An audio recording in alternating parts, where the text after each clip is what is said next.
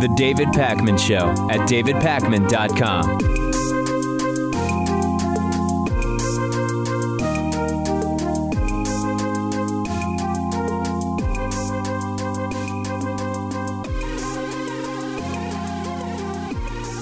I'm going to jump right in today because we have so much to get to. Donald Trump sent 59 Tomahawk missiles to Syria. This is the first direct action taken by the United States during Syria's 6-year civil war.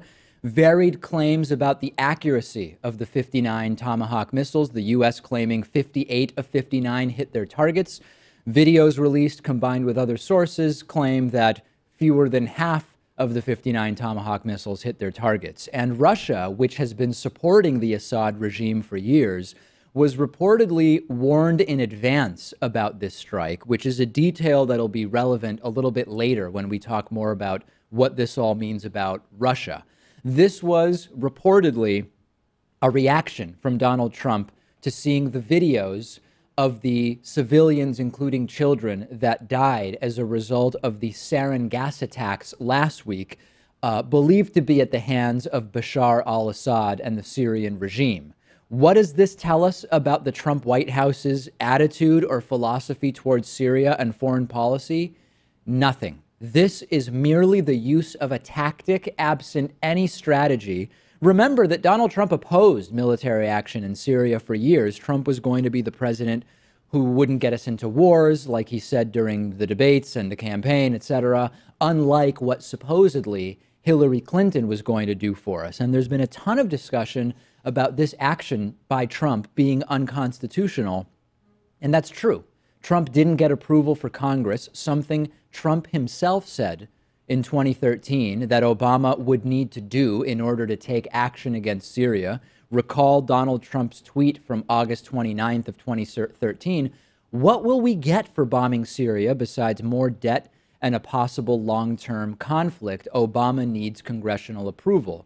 Trump clearly in 2013 understood that a military response would require congressional approval, but he went ahead with military action without congressional approval. And this is an important criticism, Pat, but I think today we should focus on a criticism on the merits of this attack. Right. The constitutionality and whether it was a good idea or not are two separate things, but I think it's clearly unconstitutional. Yes. The Bush administration after 9/11 signed the authorizations for military force that allows them to fight al-Qaeda. And of course, Obama and Trump interpreted that to extend to ISIS because ISIS is an offshoot of al-Qaeda. But this is the Syrian government. This is a sovereign area. You're really stretching the boundaries of that argument to argue that it would cover this. And then we'll also talk about what Donald Trump wants out of all this, if anything, if we can even discern it. So we're now seeing all sorts of elected officials, the neocons, the corporate Democrats, the further leftists. Everyone has an angle here. You've got the neoconservatives who were against Trump moving in Trump's direction as a result of this, some of them anyway. You have libertarians and so-called constitutional conservatives moving against Trump on this. You've got corporate Democrats just confused because some of them want to oppose Trump, but have kind of wanted to go after Syria for a while now. So they're in a state of disarray, not knowing what they should be saying. The people I'm most sickened by are both the Democrats and Republicans and the independents, party doesn't matter, who were not on board with Trump up until 4 days ago, but now think Trump is doing well because he sent 59 Tomahawk missiles to Syria, which strikes me as absolutely depraved. And 9 civilians, including 4 children, were killed as a result of these 59 Tomahawk missiles. And what did we get, right? There are many reasons not to strike Syria, depending on what your point of view is. If you want to unseat Bashar al-Assad, and you're not willing to do boots on the ground, which Trump said he's not willing to do, military experts don't think that with airstrikes you'll be able to get Assad out. So that would be a failed strategy. Now, we don't know if Trump actually wants Assad out because Rex Tillerson recently said, the White House isn't really concerned with getting Assad out. But hypothetically, if the White House wanted Assad out, airstrikes aren't going to do it, and Trump claims he doesn't want boots on the ground. If the goal is to unseat Assad and Trump is willing to do boots on the ground, that would be a major reversal. I mean, the entire the last 5 years nearly of Trump tweets and campaign statements during the primary and campaign statements during the general election have been no incursion in Syria, no boots on the ground, I won't get us into wars. So that would be a big a reversal for Trump. And the other question would be, well, maybe the issue is just do airstrikes so you can tip the balance towards the Syrian rebels and they can get Assad out. Military experts also believe that that's unlikely to work. And if it did work, the Syrian rebel groups are not one group. You're talking about deeply fractured groups, many of them incredibly radical. So if it worked, which military experts don't believe it would, and you get Assad out by emboldening the Syrian rebel groups, which of those groups takes over? And do you just create infighting among those groups who are far less diplomatically experienced than Assad? Not to give him any kind of praise. We're talking about a monster here. Do you really improve anything if you do that? Right, and to get Assad out of power would mean much more than a symbolic attack, and that's what this was, a symbolic attack, because we didn't go after the runway at all, and this base was back up and running by the next day. That's right. Bashar al-Assad's military was using this base the next day to fly planes. And lastly, whatever happens with the Trump-Russia investigation, Russia has been supportive of the Assad regime for a while. They are not particularly happy with this harebrained strike, and it could make them more belligerent, and they might relish the opportunity for escalation, not directly against the U.S., but in the region generally. So in total, we have a strike here of dubious legality, which is just the haphazard use of a tactic with no strategy, and it risks escalation into a major powers conflict. So what I'm getting to is this is likely an optics campaign from the Trump White House, but to make people think what? Remember my story. This is the perfect time for a false flag attack. Not literally a false flag, but pointing out that with Trump's approval rating so low, the most effective way to most quickly bring up his approval rating would be to coalesce the country if the U.S. is attacked, or get involved in some kind of military campaign to transmit strength. Days after our story, Noam Chomsky said the exact same thing, by the way, and this more broadly appears to be an appeal to start looking presidential. And again, it's a completely haphazard strategy, or tactic rather, and it's sad to me that it actually works, that some people see someone launching missiles as more presidential rather than an erratic, confused leader. And we know it worked because Gallup has his approval rating now at 40%, which was up from 35, 37 just about a week ago. Yep. He's going to lose some support from the alt-right, maybe, who thought he was going to be non-interventionalist. Sure. But overall, it's going to improve. And there's more to it. There's more to the double standard. Let's look at some other past tweets from Donald Trump, one in which he said, we should stay the hell out of Syria. The rebels are just as bad as the current regime. What will we get for our lives and billions of dollars? Zero. Also sending out a tweet back in 2013, again, to our very foolish leader, do not attack Syria. If you do, many very bad things will happen, and from that fight, the U.S. gets nothing. Bottom line, anyone who's drawing any major conclusions from this about Donald Trump's foreign policy perspective is misguided. All this tells us is that the White House and Trump are clueless, erratic, and aimless. And Donald Trump, there are people who are seeing this and saying, oh, Trump clearly has revisited his foreign policy ideas, and now we're getting a much deeper view into the Trump doctrine on interventionism. But no, wrong. There is no principle or strategy or underlying beliefs that tie together what we're seeing here. It's disjointed confusion, throwing stuff at the wall to see what sticks. Now, if you're not against this type of military action, there's another hypocrisy. The same people who are saying that Trump was going to be a great and methodical leader when it comes to the use of the military, some of those same people are commending Trump for changing his mind over a few hours and impulsively sending 59 missiles on a whim with no broader strategy. That is an incredible paradox to me. And then we've got to talk about Russia. If you're drawing major conclusions about Trump-Russia from this, you're also misguided. We have more news about dozens of meetings that Jared Kushner had with Russians that were not reported on Jared Kushner's application for a top-secret national security clearance. The fact that Trump did something that seemingly Vladimir Putin wouldn't like is not a big thing when you have so much else on the other side of the ledger. And again, because this is just a random haphazard tactic in the absence of a broader strategy, we can imagine a way in which this benefits both Trump and Putin. I mean, Russia's economy has not been doing well. Corruption scandals, Russian diplomats dying under suspicious circumstances, the crackdowns on dissent, an escalation in Syria, and with the U.S. by proxy, could be good for Donald Trump to both transmit strength and appear to be distant from Putin.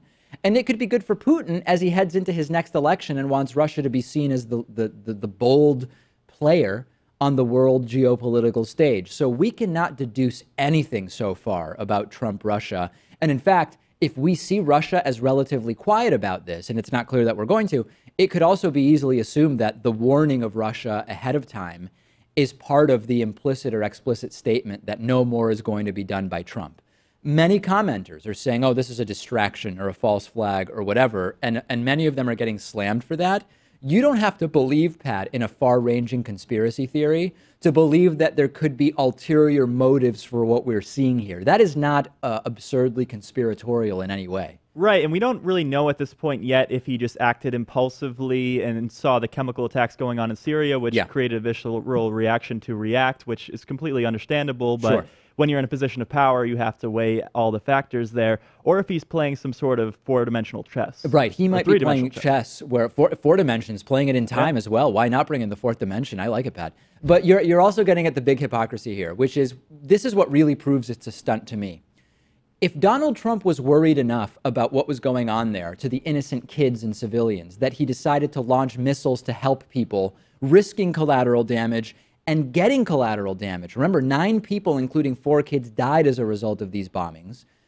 Why won't Trump allow Syrian refugees to come to the United States? In other words, if not everybody in Syria is a terrorist, and some of the people in Syria are worth taking military action over, how could those same people not be worthy of refugee status in the United States? If you support the strike because of the chemical attack by Assad, but you're against allowing the same people you're trying to defend to come to the United States as refugees, that's complete and utter hypocrisy. And that is the biggest hypocrisy with what we're seeing in Syria. Last thing, Steve Bannon was removed from the National Security Council. And I said at the time, I don't think this makes a practical difference, because before he was on the NSC, he attended that dinner where Donald Trump casually approved the botched Yemen raid. And I believe that Bannon will still be involved in national security decisions. A picture was released of Stephen Bannon, sort of on the right top side of this picture, in the Mar-a-Lago Situation Room when this incursion was taking place.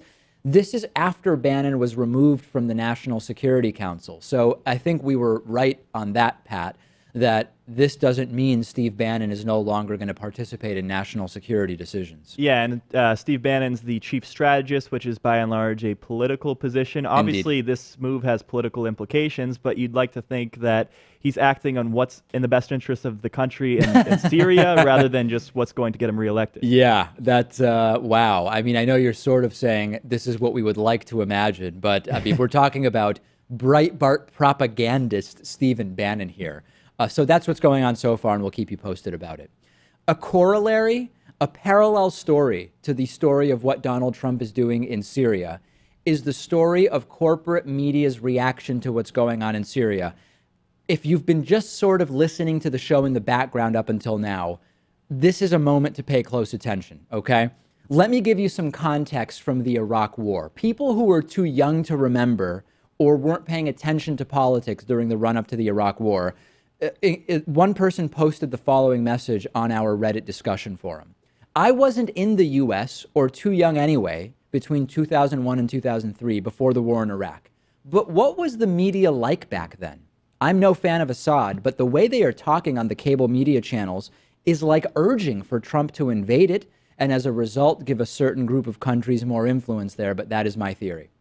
One thing that was very prevalent during the run-up to the Iraq War is that dissent was not tolerated in corporate media. The one person in corporate media who was a strong skeptic about going into Iraq was MSNBC's Phil Donahue, and he was kicked off. He was kicked off. I had the pleasure of meeting Phil Donahue and talked to him personally about this. And he was removed from MSNBC because he was questioning the move to go into Iraq. The drums of war were beating then, and we are seeing shades of that right now. Out of 20 papers that published editorials about the Trump-Syria strike, 17 were partially or fully in favor. Not all of these were fully in favor, but at least partially in favor with some of the aspects of the Trump-Syria strikes. Look at some of these quotes that we have here. USA Today: President Trump's authorization of missile strikes Thursday night was an appropriate way to punish Syrian President Bashar Assad. The Wall Street Journal: Mr. Trump's decision Thursday to launch a retaliatory missile strike is an important first step to save lives, enforce global order, and improve the strategic outlook for the U.S. and its allies. The New York Times: it was hard not to feel some sense of emotional satisfaction and justice done when American cruise missiles struck an airfield in Syria on Thursday. The LA Times: but Trump was right when he said it is in the vital national security interest of the United States to prevent and deter the spread and use of deadly chemical weapons. The New York Post: Syria strike came 4 years late. The New York Daily News: President Trump's decision to attack a Syrian airbase sent a meaningful message to Bashar Assad and any other leader who considers unleashing banned chemical weapons against his people. The Chicago Tribune: Trump passed this first test, we're relieved to report. The Washington Post: Trump's decision to strike a Syrian airbase in response to a chemical weapons attack by the regime of Bashar al-Assad was right as a matter of morality, but it could also yield a host of practical benefits. And the only one of these papers that seemed to be sort of against it was the Houston Chronicle, which said, as we said a year and a half ago, the president cannot and should not use military force against Syria without a legislative framework. Not even against it, really, just saying Trump should have gotten authorization to do it. This is dangerous. These attacks are being fetishized, almost like, hey, everybody's being objective by saying, aside from our views on Trump, and aside from our views on broader military intervention in the Middle East, these strikes make at least some sense. These strikes made no sense, actually, as I talked about earlier in the show. And this is starting to be reminiscent of what we were seeing before the Iraq invasion, which, as we now know, was a complete and utter disaster. And it's having an impact. People are emailing me saying, David, drop the anti-Trump stuff for the sake of being anti-Trump. Can't you see most people agree with these strikes, even if they don't like Trump? And this is how you start manufacturing consent for this type of thing. You ignore the legality, you ignore the morality, and you ignore the practicality. And it matters because we know, Pat, there's a Huffington Post analysis about this, that Syrian policy has been driven by news coverage. And even this decision by Trump, arguably, was because of news coverage of the horrible strikes by Bashar al-Assad. This matters, and we've got to be aware of it. People tune into the news because that's what's sensationalist. That's what drives media attention. Yep. And also, you have to look at who is funding these media outlets. A lot of the times, it's defense contractors, Boeing, General Electric, of course, the whole gamut there. And they have an interest in keeping wars going and starting new ones. Very, very disturbing. This is why we need alternatives to corporate media and why we've been crippled by the YouTube ad boycott. And that's why it's extra crucial right now that we are actually supporting independent media. I hope you'll sign up at davidpakman.com/membership. I hope you'll make even $1 or $2 contribution at patreon.com/davidpakmanshow. Send me your thoughts. What are you thinking about this? I'm on Twitter at @dpakman, and the show is on Twitter at David Pakman Show. The David Pakman Show at davidpakman.com.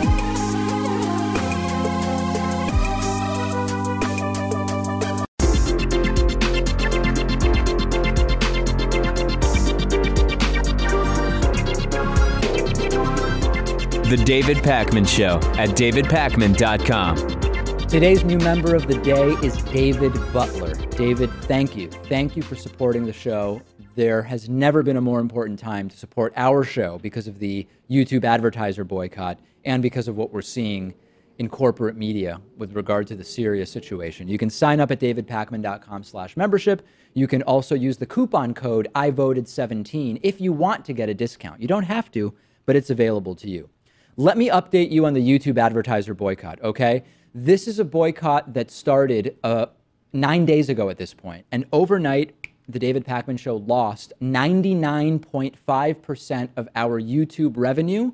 as a result of a YouTube advertiser boycott, advertisers pulling money off of YouTube because they felt their ads were showing up next to controversial material. And it has had the repercussion of ending all YouTube revenue for the show. This represents nearly half of our total revenue, and we are in really, really rough shape right now. Has it gotten any better? This started on March 31st. The answer is no. This is the latest chart of YouTube revenue. And as you can see here, 35 cents, Pat, on April 8th, 2017, which is roughly what the channel has been making this entire time. Down from $6 before. Which looks comparatively high on this chart, which is absolutely and utterly insane. So why is this bad? This is bad for many reasons. Number one, this is a boon for corporate media because the money that these big advertisers are pulling out of YouTube, they're going to spend it elsewhere on advertising, and it's going to go to corporate media. And that is why corporate media is absolutely loving what is going on here. In addition to that, look at what's happening with coverage of the Syria strikes. We did this earlier in the show.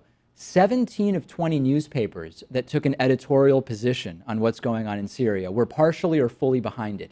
This is reminiscent of the Iraq War, and the timing of it with this YouTube ad boycott that is crippling us is only going to make it so that these pro-missile, rah, get behind the president and his bombs mentality is going to further spread. So we have a few different things that you can do in order to help our show, okay, to make up this revenue. Number one, you can become a member at davidpakman.com/membership. This is super easy. This has been going on for a while. We have a coupon code, IVoted17, if you want to use it. Number two, please make a contribution on Patreon, patreon.com/davidpakmanshow. More about that in a second. Three, if you shop on amazon.com, go to davidpakman.com/Amazon before you shop. Everything you buy will send us a 5 to 8% kickback. Number four, if you are a YouTube Red subscriber, which allows you to watch YouTube videos ad-free, watch our videos. Figure out a way to create a playlist where our videos are looping 24 hours a day. If 1,000 people do that, that will force some revenue back to us through the YouTube Red system. And number five, you can go to davidpakman.com/gear. We've got coffee, bumper stickers, t-shirts, and hoodies available for you there. And you can also do that. The good news is the Patreon donors are accumulating. This is a cumulative process. As of this morning, I will show you what Patreon looks like. As of this morning, we had 1,104 patrons, 1,104 patrons. We estimated that we were receiving 30 to 50 cents from each YouTube audience member if they watched all of our videos every month. So with just $1 at patreon.com/davidpakmanshow, you are actually making up for all the money we were losing from you as a YouTube viewer. Most people can do $1, and I encourage you to do that at patreon.com/davidpakmanshow. Also, good news about membership is a lot of people are signing up there, and you can go to davidpakman.com/membership. After selecting your membership and clicking the red sign up button, you will get to page 2 of the membership sign up process. And where the red arrow is, if you're watching, you can input the code IVoted17, and that'll give you a 40% discount. So let's do this. Thank you to everyone who's contributed. We are starting to make up the lost revenue, and I hope you'll continue to help us there. Egypt has a population of Coptic Christians, and 2 bombs exploded at Coptic churches in Alexandria and Tanta, Egypt. The Alexandria explosion was a suicide bombing, according to the Interior Ministry, and the police actually stopped a terrorist with an explosive belt from breaking into the church, and along with civilians and a policeman and a policewoman, a number of those staff and law enforcement individuals were killed. In Tanta, 30 people were killed and at least 70 were injured. In Alexandria, 16 were killed and 35 were injured. Now, ISIS later claimed the attacks through its AMAQ news agency after having warned that it was going to step up attacks on Egypt's Christians. And as usual, it's really hard to independently verify that ISIS was involved at all. We have only what they say through their own news agency. What would the motives be for ISIS to do this? Well, ISIS wants to kill non-Muslims. That's pretty clear at this point. And for people who don't know, Coptic Christians make up about 10% of Egypt's population of 85 million. And of course, they've had issues, but they've actually coexisted with Egypt's majority Muslim population for a very long time, hundreds of years. But they have faced more and more persecution, discrimination since the Mubarak regime fell in 2011. We've seen Coptic churches and homes set on fire, members of the Coptic minority physically attacked, property looted. Amnesty International has been reporting about a lot of this since last March. And this is part of why regime change for secular dictators in the Middle East, North Africa region often just doesn't work, Pat. We see power vacuums with a Sunni majority turn into effectively open season on religious minorities, especially Christians. And, you know, we often get criticized, Pat, we never report when Christians are attacked. That is such BS. We have been reporting on it for a long time. We don't do the thing that we're often accused of strategically ignoring stories. This is a disaster. We have been reporting on it. We'll continue reporting on it. And this is part of a much bigger military buildup that we are seeing involving the Korean Peninsula, as well as what's going on in Syria. This is a bigger picture issue right now. And unfortunately, when it comes to the corporate media, it's kind of a back page story at this point because of everything else that's going on with Syria, with Stockholm. But 36 people died. And, you know, regardless of where it happens in the world, I know sometimes we get desensitized because, you know, this happened in Africa, this happened in the Middle East. It doesn't seem too far out of place. But the diplomatic response, the humanitarian response, that should all be the same. And that should be reflected in media coverage, too. And although these are unrelated events, right, the Syria strikes, the buildup around the Korean Peninsula with North Korea, which we'll talk about later in the show, this is all fomenting the drums of war, the feelings of uncertainty and lack of safety, and sort of priming people to be more open to military action. Although, why would these attacks in Egypt make us more open to military action in Syria? Well, it doesn't follow logically, but we know that when these types of stories are in the news more, it makes people more open to military action. And this is why you know, the YouTube ad boycott is especially untimely, because it is hamstringing corporate independent media and moving the money towards corporate media at a time when corporate media is basically beating the drums of, hey, let's do this, let's do that with our military. And even before the ad boycott, anytime we covered foreign policy and stories like this, these videos would get demonetized anyway. So this was going on for months before the ad boycott. No doubt about it. And a lot of discussion about Syria, Egypt, Stockholm, which we will also talk about. A big foreign policy day on the show today, actually. The biggest we've ever had, actually. A lot of these discussions happening on our Reddit discussion forum, and I encourage you to go to davidpakman.com/Reddit, sign up and participate in the conversation. The David Pakman Show at davidpakman.com.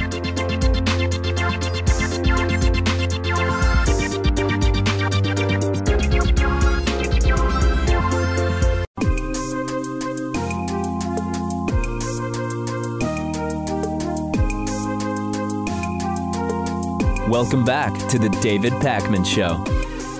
Fake news. It's a term we've heard countless times over the last year or so. It's a term that is sometimes used correctly, but it's also been used haphazardly and incorrectly so many times that it has started to lose its meaning when it hits our ears. So I want to clear the air about what fake news actually is and what it is not, and also talk about what we can do to fight back against it.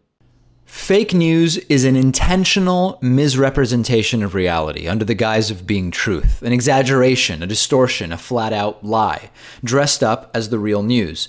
It can take many different forms: hoaxes, slander, any kind of falsehood, being circulated as though it's accurate information, often for commercial, political, or ideological reasons. It's different from opinions and editorials, which are categories of journalism that are not necessarily dishonest on purpose. Those are often based in reality, using valid, truthful information that's then framed or spun in some way, like in the cases of Breitbart or Fox News.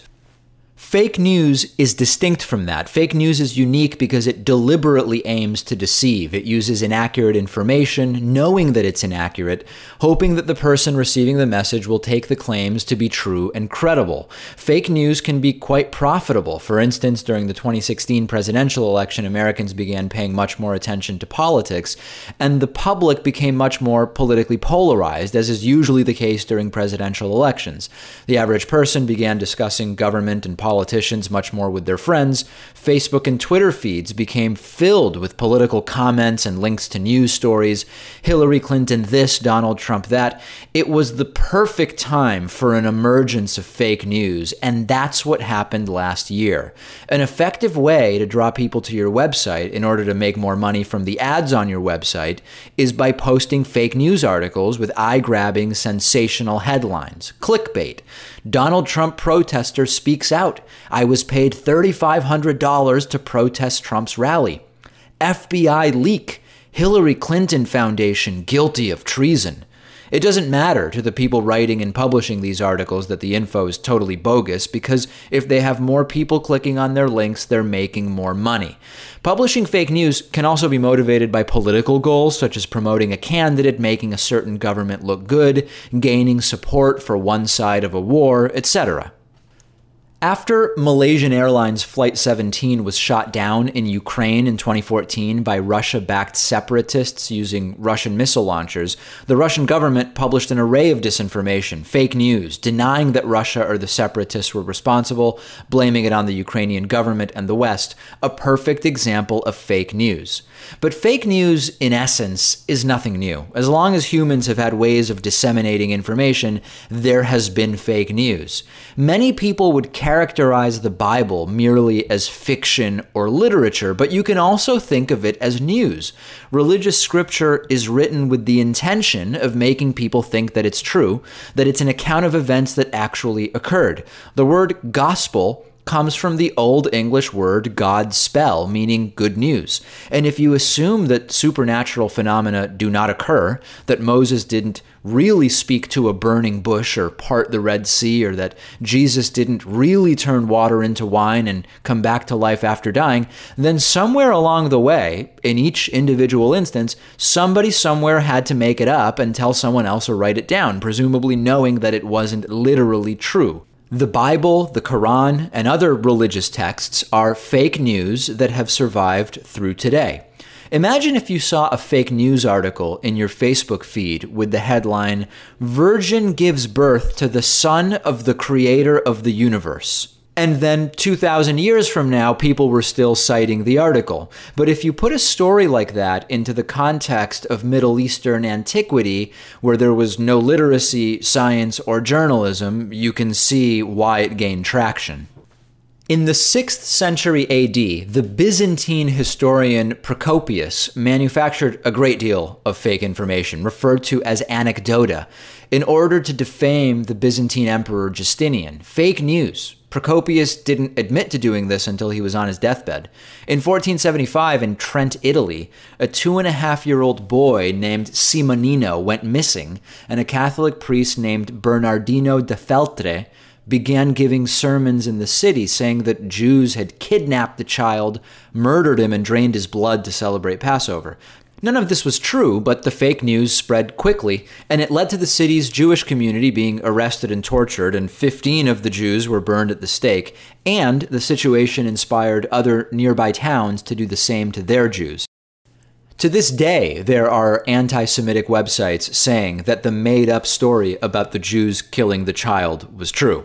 Also in Italy in 1522, a writer named Pietro Aretino manipulated the papal election by writing falsehoods about all of the candidates except for the one that he liked, and posting them in Rome for the public to see. The candidate he favored won the papacy. Throughout the 17th and 18th centuries in Paris, writers created pamphlets filled with lies and sold them around for profit.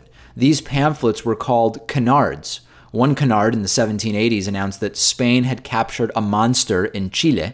The monster supposedly had the head of a Greek goddess, the body of a dragon, and the wings of a bat. During the French Revolution, canards were also used for political purposes to spread fake stories about Queen Marie Antoinette. These pieces of fake news are believed to have significantly contributed to the public's hatred of the Queen, which led eventually to her execution. Beginning in August of 1835, the New York newspaper The Sun, in order to gain readership, started publishing a series of fake articles about famous English astronomer John Herschel having discovered life on the moon. They said that Herschel, using a new type of telescope, was able to see goats, unicorns, and beavers living on the moon's surface. The newspaper circulation grew dramatically after they started publishing these stories.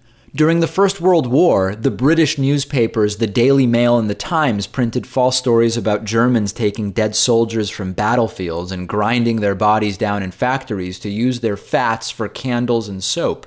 This was part of Britain's larger attempt to get more countries to join the side of the Allied powers. Unfortunately, during the next World War, Germany's Minister of Propaganda, Joseph Goebbels, used those fake British news stories to deny the Holocaust, saying that reports of Nazis committing genocide were just made-up British propaganda. Goebbels himself facilitated countless disinformation campaigns in Germany during World War II. He helped create lies about Jews, communists, and critics of Nazi Germany. He would spread false rumors about which countries Germany was going to invade next. Propaganda and disinformation were central and crucial to Nazi power in Germany. Goebbels famously said, "A lie once told remains a lie, but a lie told 1,000 times becomes the truth." Another regime famous for its fake news in the 20th century is the Soviet Union. Disinformation in the USSR got so bad by the 1950s that a form of underground illegal dissident journalism began to develop known as samizdat.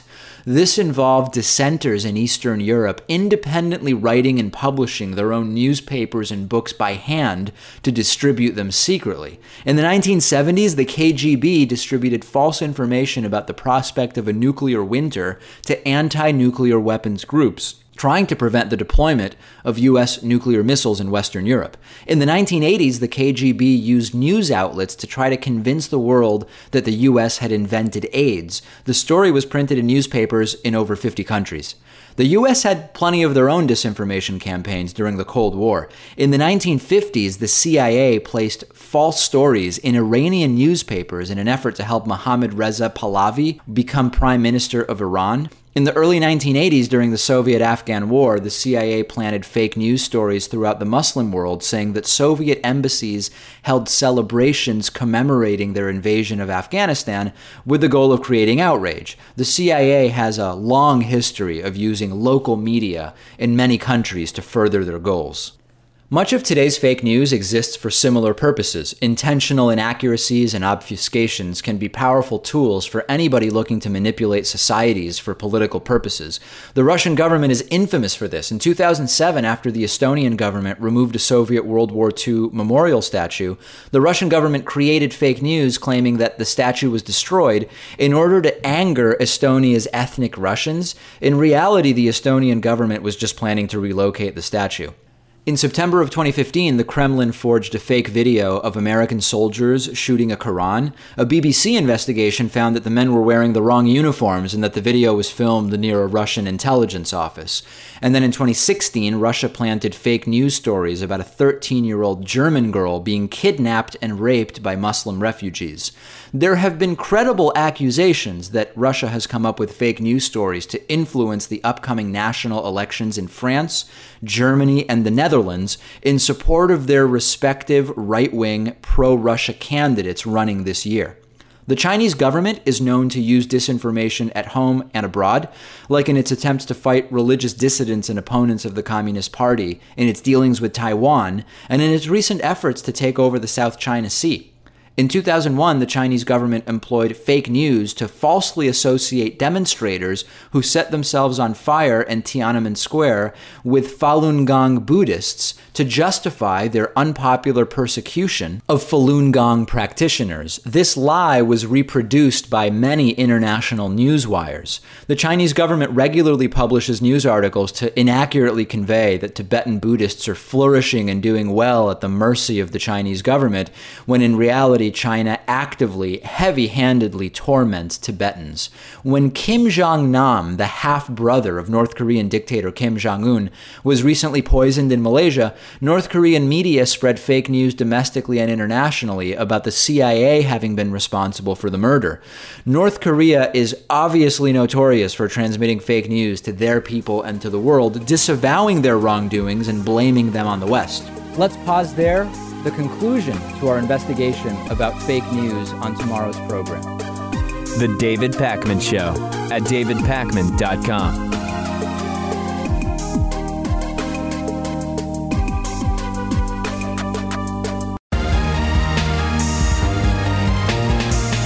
The David Pakman Show at davidpakman.com.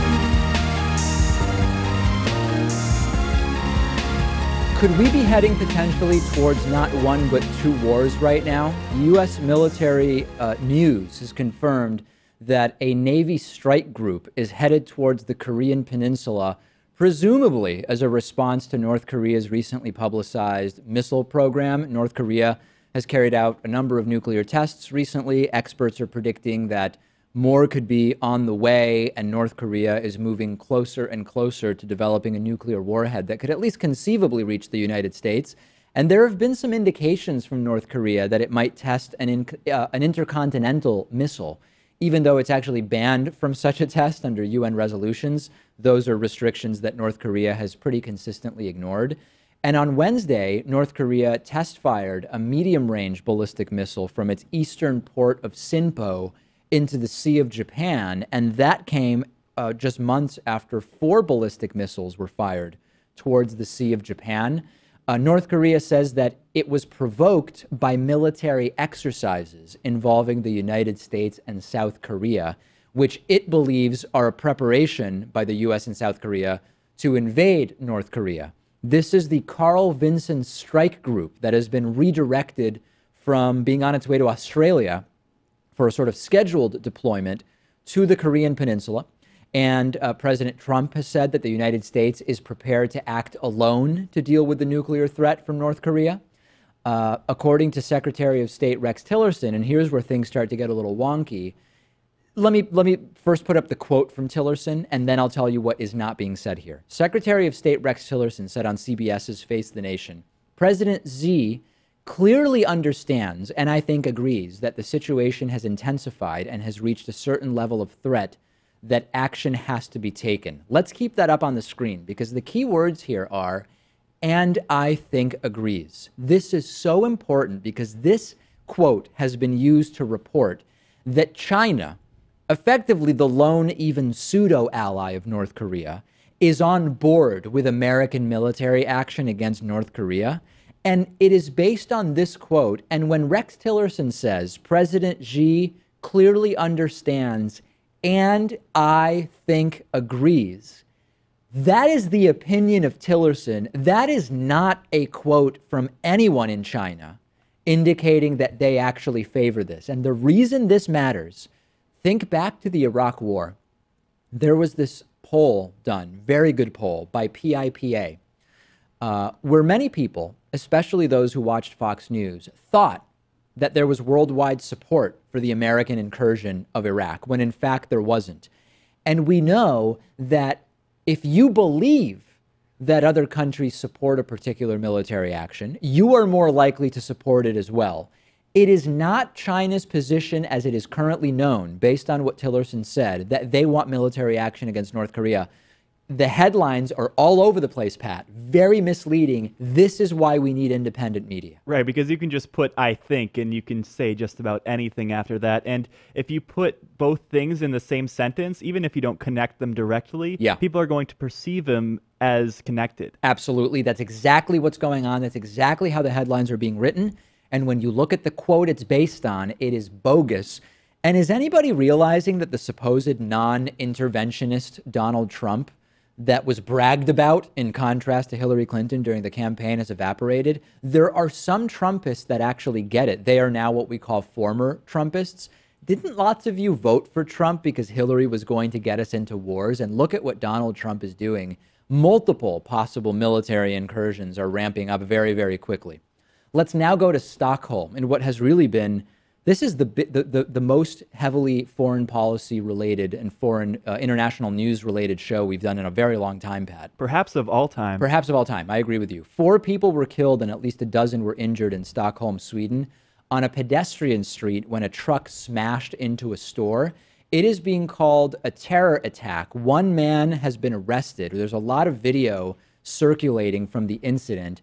And in response, the Swedish Prime Minister has strengthened border controls. We've learned that the truck belonged to the Swedish brewery Spendrups, who said that the truck had been stolen on its way to a restaurant delivery earlier in the day.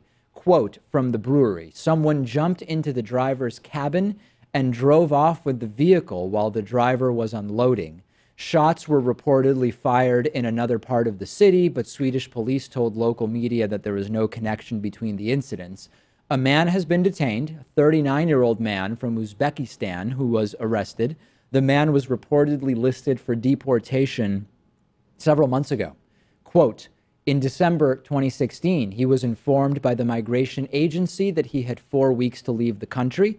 2 months ago, the case was handed over to the police to carry out the order. And since then, this man went, quote, underground. On April 9th, the Swedish police chief confirmed that the man showed interest for extremist organizations like ISIS. These attacks are helpful to Donald Trump in a few ways, particularly since little attention is being given to them. Number one, this occurred and coincided almost perfectly to make remember Donald Trump's "look what happened in Sweden" thing? And of course, at the time, nothing had happened in Sweden. Sweden hadn't experienced a sort of legitimate terror attack since 1986. And now, within just a few weeks, this happens. It is very convenient for Donald Trump. And number two, this helps to draw negative attention away from the constant Russia situation. And again, I said it earlier and I'll say it again, the bombings in Egypt, the Syria strikes, what we're seeing in the Korean Peninsula, this attack in Stockholm, to the extent that it's getting corporate media coverage, and it's not getting much because of so much else going on, this all foments, Pat, an environment that is much friendlier to beating the drums of war.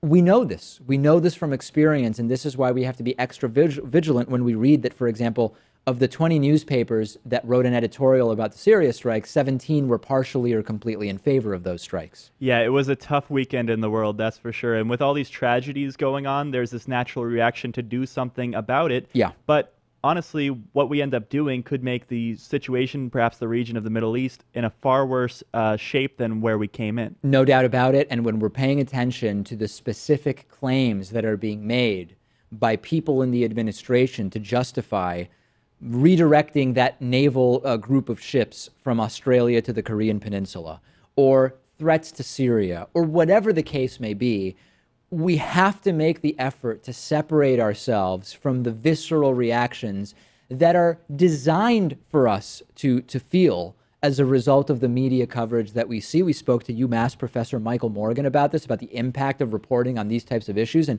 it has a predictable impact on making us see the world as less safe, even if statistically the world is safer than it's been in a very, very long time, measured in a number of different ways.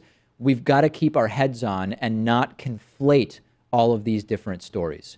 We have a voicemail number. That number is 219-2-DAVID-P. Here is the Eggman, who is disgusted by what he has been seeing in response to the Syria bombings on Fox News. Take a listen to this. Watching Sean Hannity and Oliver North discuss the recent missile attack in Syria disgusts me. It is disgusting. I can't stand them. Oh, it's all Obama's fault because he said they didn't have chemical weapons anymore. Oh, man, I can't take it. Oh, I hate these guys. But hey, have a good weekend, brother. Shalom. A very, very somber, low-energy Eggman. I mean, clearly affected by this. That is not, unless he has a head cold or something, that is not the Eggman's demeanor as we have become accustomed to it. At first, I didn't even believe that was the Eggman. That's not the Eggman that we know and love. No. It is not. I mean, we still love the Eggman, yeah, but it's not the Eggman's persona that we've come to know and love him through, I guess is what we're saying. It is pretty sickening. What we've been seeing on right-wing media around this Syria stuff, it has been sickening, and it's just reminiscent of what we were seeing before the Iraq War, as I've talked about. On today's bonus show, New York made tuition free at public colleges for the middle class. We will talk about the retail apocalypse, and we have received in the mail from a viewer, very generously, vegan chocolates for vegan producer Pat Ford and I to try. We will be trying them on the bonus show. Pat is holding up one of the chocolates.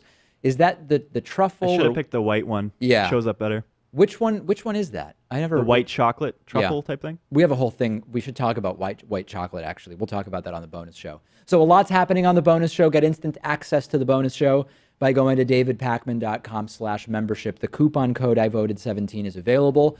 Please continue making those pledges on Patreon to replace the lost YouTube revenue. Patreon.com/David Pakman Show. That is it for today, and we will speak to you on the bonus show in mere minutes.